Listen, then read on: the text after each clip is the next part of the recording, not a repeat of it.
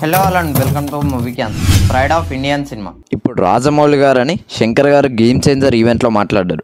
But ఒకప్పుడు pride of Indian cinema అంటే శంకర్ గారే. అది ఎలాగో అండ్ ఆయన డౌన్ఫాల్ ఎలా స్టార్ట్ అయ్యింది అనేది ఈ వీడియోలో డీటెయిల్గా మాట్లాడుకుందాం. బిఫోర్ డైవింగ్ మీకు ఒక చిన్న రిక్వెస్ట్, ఇప్పటివరకు మన ఛానల్ని ఎవరైనా సబ్స్క్రైబ్ చేయకపోతే సబ్స్క్రైబ్ చేయండి.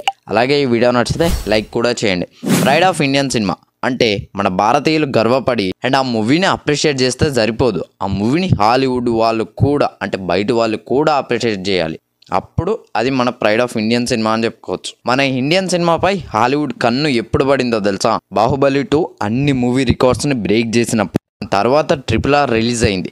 వరల్డ్లో one of the biggest director అయినటువంటి జేమ్స్ కెమెరాన్ గారి దగ్గర కూడా అప్రిసియేషన్ వచ్చింది.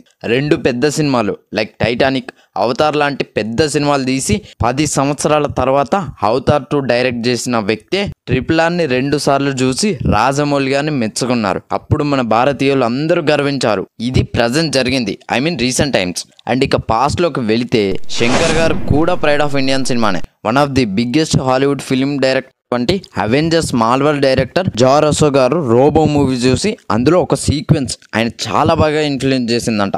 ఎంతలా అంటే అవెంజర్స్ ఏజ్ ఆఫ్ ఆల్ట్రాన్లో డైరెక్ట్గా ఆ సీక్వెన్స్ని యూజ్ చేసే అంతలా. అది ఆయన ఒక ఇంటర్వ్యూలో చెప్పారు. ఇది మనందరం గర్వించాల్సిన విషయం. అండ్ ఇక ఆయన సక్సెస్ రేట్ పీక్ నుండి డౌన్ఫాల్ ఫెయిల్యూర్ ఎలా స్టార్ట్ అయిందంటే, ఆయన మూవీస్ చూసుకున్నట్లయితే ఆయన చాలా మూవీస్ వర్క్ చేశారు.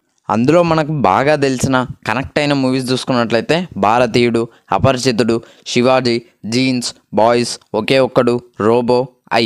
ఈ మూవీస్ అన్ని బ్లాక్ బస్టర్ హిట్సే. ఇక ఆయన ఫెయిల్యూర్ ఎప్పుడు స్టార్ట్ అయిందంటే 2 రిలీజ్ అయిన తర్వాత నుండి ఫెయిల్యూర్ స్టార్ట్ అయింది. మూవీపై చాలా ఎక్స్పెక్టేషన్స్ ఉన్నాయి. 8 సంవత్సరాల తర్వాత ఒక బ్లాక్ బస్టర్ మూవీకి సీక్వెల్ వస్తుందంటే ఆడియన్స్ ఎక్స్పెక్టేషన్స్ ఏ రేంజ్లో ఉంటాయో ఒకసారి మీరే అర్థం చేసుకోండి. బట్ కొందరికి మూవీ నచ్చింది, కొందరికి మూవీ నచ్చలేదు. మూవీకి మాత్రం కమర్షియల్గా బాగా సక్సెస్ వచ్చింది, అంటే చాలా డబ్బులు వచ్చాయి. దాని తర్వాత భారతీయుడు పెద్ద హిట్ అయింది. 1995లోనే 3 అవర్స్ మూవీ.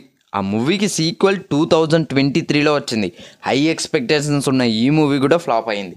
అండ్ ఇక మొన్న వచ్చిన గేమ్ చేంజర్ గురించి నేను ప్రత్యేకంగా చెప్పనక్కర్లేదు. దీనికి మెయిన్ రీజన్ ఏంటో తెలుసా? 3 రీజన్స్ ఉన్నాయి. మొదటిది, శంకర్ గారి అన్ని మూవీస్లో ఎమోషన్ చాలా బాగా వర్కౌట్ అవుద్ది అండ్ ఈ మూవీస్లో కూడా చాలా బాగుంటుంది. బట్ స్టోరీ మీద ఆయన అంత కాన్సన్ట్రేట్ చెయ్యలేదు.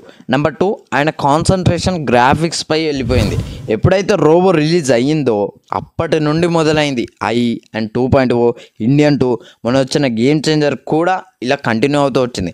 గ్రాఫిక్స్ మీదనే చాలా కాన్సన్ట్రేట్ చేశారు. నెంబర్ 3, రైటర్గా ఆయన ఫెయిల్ అయ్యారు. రోబో వరకు ఆయనతో పాటు ఒక రైటర్ ఉండేవారు, ఆయనే సుజాత గారు.